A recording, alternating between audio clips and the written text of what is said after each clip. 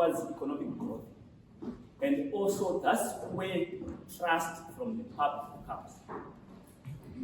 If at national level, the trust is to drive towards transparency and accountability, where then is our problem? The presenters who initially talked, were talking about corruption, and the issues of corruption, we may be trying to point towards procurement, but the same people who are involved in procurement are the same people who appreciate the issues of transparency, who are, most of them are government employees. Where is our problem? Enforcement of existing laws. Public institutions are governed by the Public Procurement Disposal of Public Asset Act.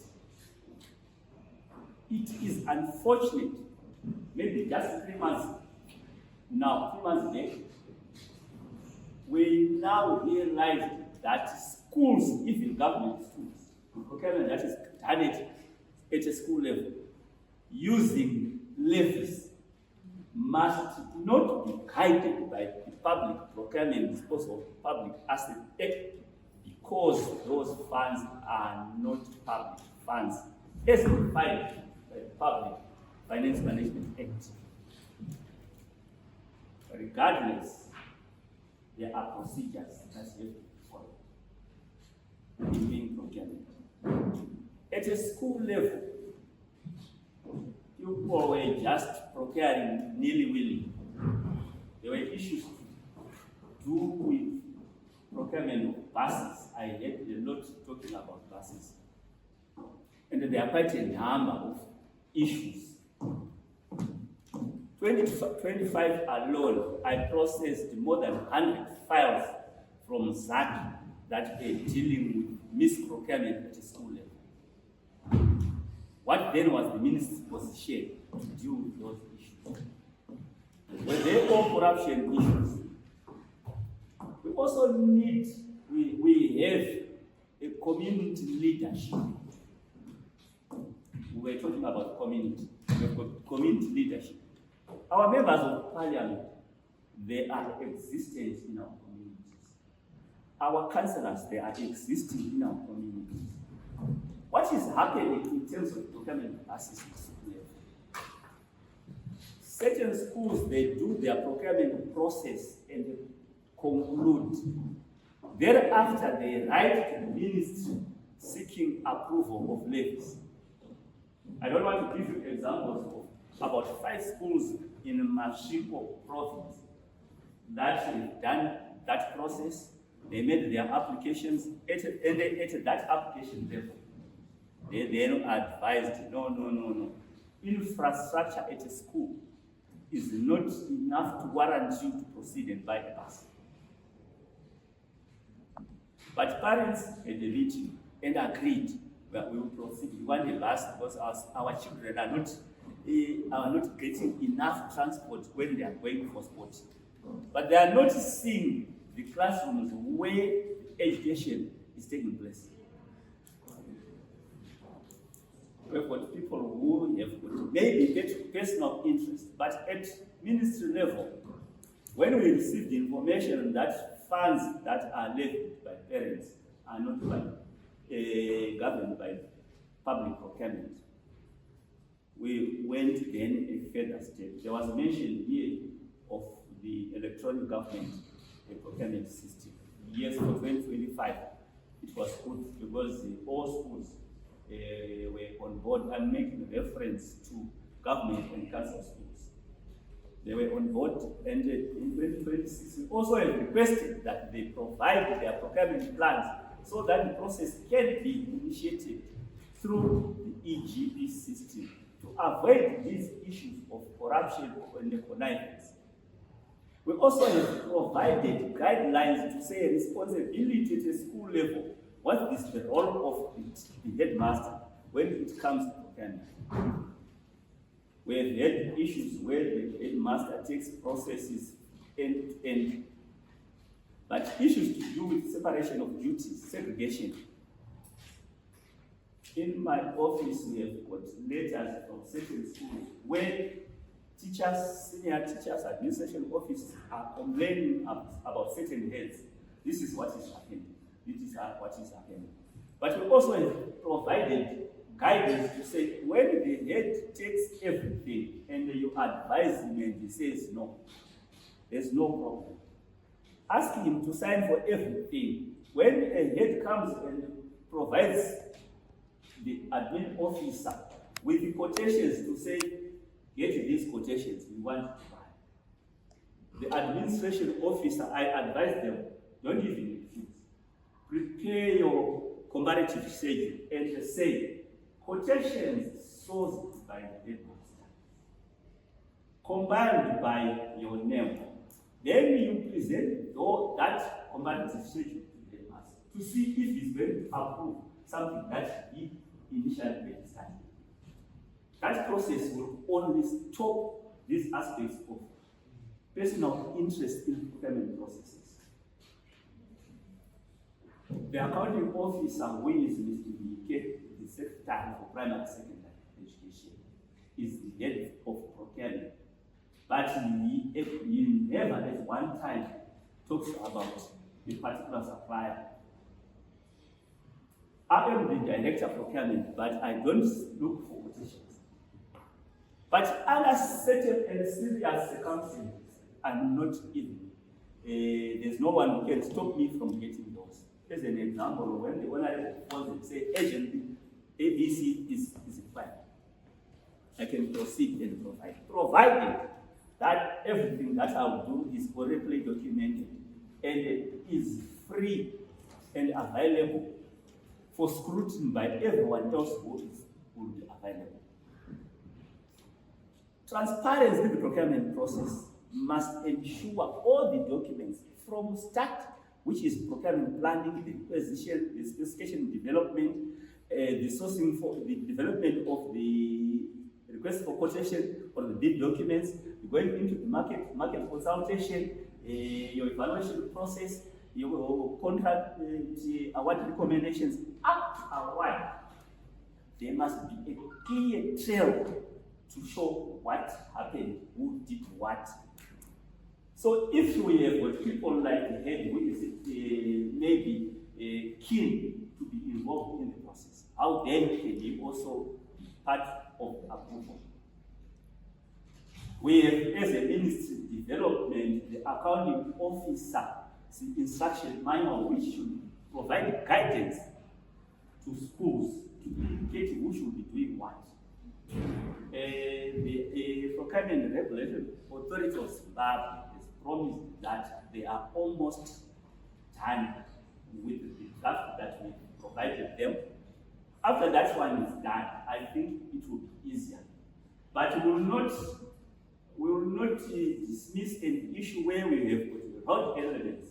We will continue to try to pocket some few resources from the few end monies that come from assessments. I was talking about the files that came from ZPRA. We agreed between the Ministry, Procurement Regulatory Authority, and the ZPRA to say, if we continue at this rate, within a period of less than 2 years, you will not have a single headmaster in all schools in Zimbabwe.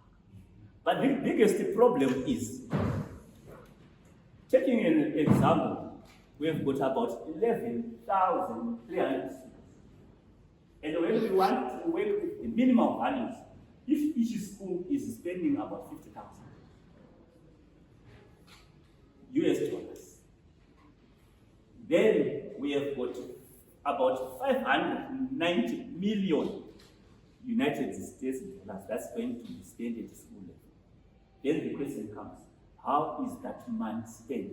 Because we are saying, if money is not spent in line, then we are also affecting our own national development. That's the reason why I'm talking about this accounting officer's manual to provide correct guidance. But we also need assistance from our local leadership. I mentioned the local MPs and the councillors.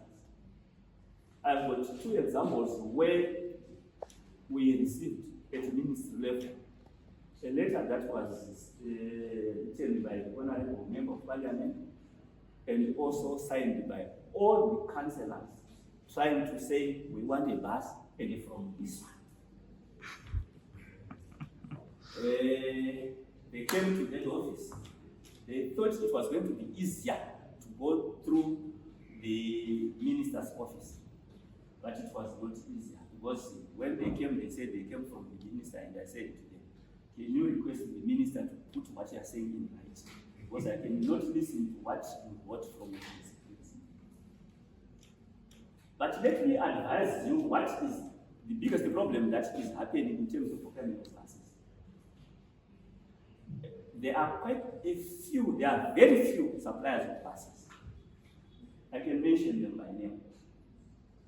But there are challenges from the same suppliers. There was mention of a certain price, was it 200-something thousand of a bus? Us is a standard price. You know what is happening? Schools, they say they want to buy a bus. They don't have money. And then the bus is charged at 210,000, as an example. What does the school do? They proceed to, the parents agree to proceed and borrow the 210,000 with interest. The bus will end up costing 280,000. And the people are complaining about the school raising 210,000 and people paying 210,000. We've got certain suppliers. Currently, I've got an issue, which I was dealing also with the honorable minister. There's a supplier. He doesn't even have enough paperwork, but he supplies buses. Okay, we have got a tender that is running. They raise their complaint through the honorable minister saying we want to supply. And when I was discussing now with the minister to say, when we have got certain suppliers who do not have, for example, a dealership, the easiest example that I can give you, the Honorable Minister of Primary and Secondary Education, in his fleet, the new fleet, he had a Ford car. It was COVID. Not his. You reckon Ford motor called of a certain number of Ford vehicles that were manufactured last year. And it's one of those that was affected. Then the example that I'm giving now is, you now go to a supplier who is not an authorized distributor of a certain brand of cars, and you want to buy from that one. 2 days down the line, there's a problem with that specific one that you bought. Yes, it was cheaper in terms of cost, but we don't want to look at the initial price that we are looking at today. We want to look at the total cost of ownership. We've got certain suppliers, when the supplier will give a bus today, for the next 3 years, that same bus will be serviced for free of charge. And my bus is costing $20, and his bus is costing $50. When you look at the total cost of ownership, you need to make an analysis to say which costs are we dealing with at the moment. And when you are choosing a supplier, are you choosing a supplier that will benefit the school? Our expectation is, when we look at tenants, they pay hard-earned education so that services and assets are protected. But when we have got certain people at school level who have got certain thinking, and within community as well, there also are certain people who are not prepared to assist the ministry. That's when people will ask a question, do we have government? And I also come to ask you a question, who then is government? You also should play a part, because when people are seated somewhere, they will start to tell stories, meaning to say that those in power have failed. Simple things, very simple. clearing garbage in the streets. You want to find but where are you? What are you? It's the same instance when we discuss issues to do with procurement. Let's play our part. As parents, as the community, we know our school is currently what city. Do we want to continue? Why do we want a bus before we have extra classroom blocks? Why do we want a bus before our own staff have good accommodation? What is our priority? The problem starts with us, and it is us who should address those problems. Let's not try to point fingers at the ministry. Let's point fingers at us. When I'm doing like this, all of they are coming to me. So, self-introspection is key. I didn't want to, I thought I will share with you my presentation. Because we have said who should be at a school level.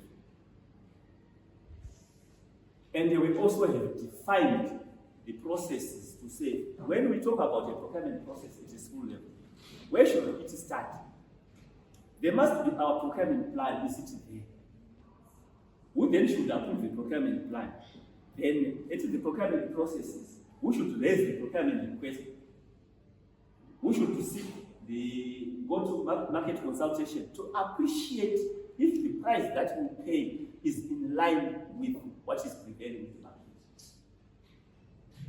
Our standard lending documents or request for quotations, are they prepared? Specifications, are they binding to a specific brand, or you want to standardize to say, I want something to standard? Fit for purpose. But we actually have noticed in schools when it comes to issues with buses, certain schools they've got preference because they saw another school having a similar bus. And they will say, I want exactly like that one. We, as ministry, we don't have an option to say no, because this will be what parents will say they want. But what we expect as ministry is to get value for money from the procurement process, so that whatever happens, we will not have people to point fingers and say, so and so is benefiting. But the language in the market currently is, who ought to be 10% out of the transaction? There's that thinking. When there's a procurement transaction, someone is benefiting and getting into his pocket. And I don't want to say it's not happening, but I don't want to say every transaction is following in this thinking that someone is benefiting.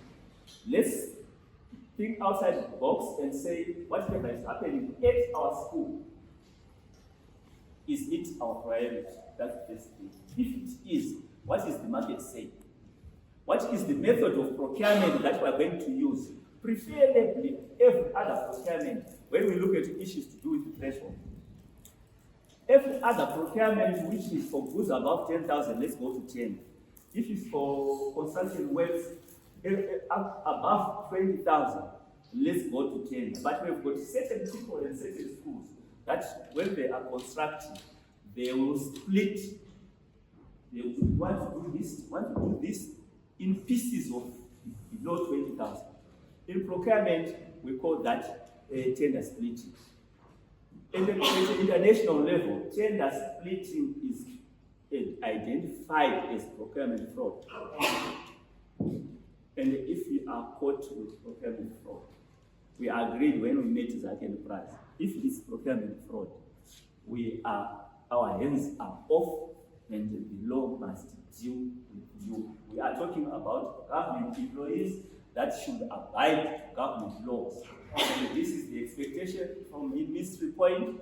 Whoever decides to take his or her way off the route, it is unfortunate the law will take its course. Unfortunately, yes, we say they will not be guided by the act, but we are saying, what are we saying at the international level in terms of procurement, best practices in procurement? Why is it when we are spending our resources, we know we got this, we got this, we got this, and we are left with this. But when we are spending resources that are from parents, we just want to spend it the way you like. Because maybe the supplier promised me holiday in Dubai, maybe the supplier promised me the GD6, whatever the case is. But am I comfortable in driving that GD6 on the expense of another old woman who sacrificed the days? I thought I would dwell much on issues when you mentioned issues to do with the procurement of classes. I mentioned it. But in terms of process, I find we start from the procurement planning, and then there must be there is a procurement record which should be kept at school level, which should start from the request, who requested, how were the quotations sourced for the tender, who were in the evaluation process, who recommended, who approved. We also advised we don't want a situation where at the school level we have an evaluation committee with almost 20, at a certain school we had a challenge where the evaluation committee, 23 members, and the bid documents that were supplied were only 10. Then when we requested was 3 documents. What then was the rest? What were they doing? Just sitting, waiting to have lunch from the resources of the school. Is that not corruption? You are looking at the procurement transaction. That's this one of inviting a whole lot of people to sit to look at the 3 documents.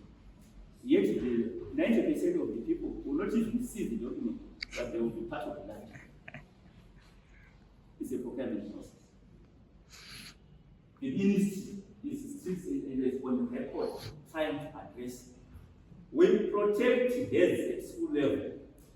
When we met president and exact, we agreed these people were trained as teachers, they are not procurement professionals, but if they go outside and try to threaten their pockets, the ministry will not forget and shut their eyes. Decisively, people will be dealt with accordingly when they decide to threaten pockets. Procedure is procedure. Accountability is accountability. Transparency is key at national level, and everyone else should take part. I think I've mentioned a few. I'll share the presentation with the team. I thank you very much.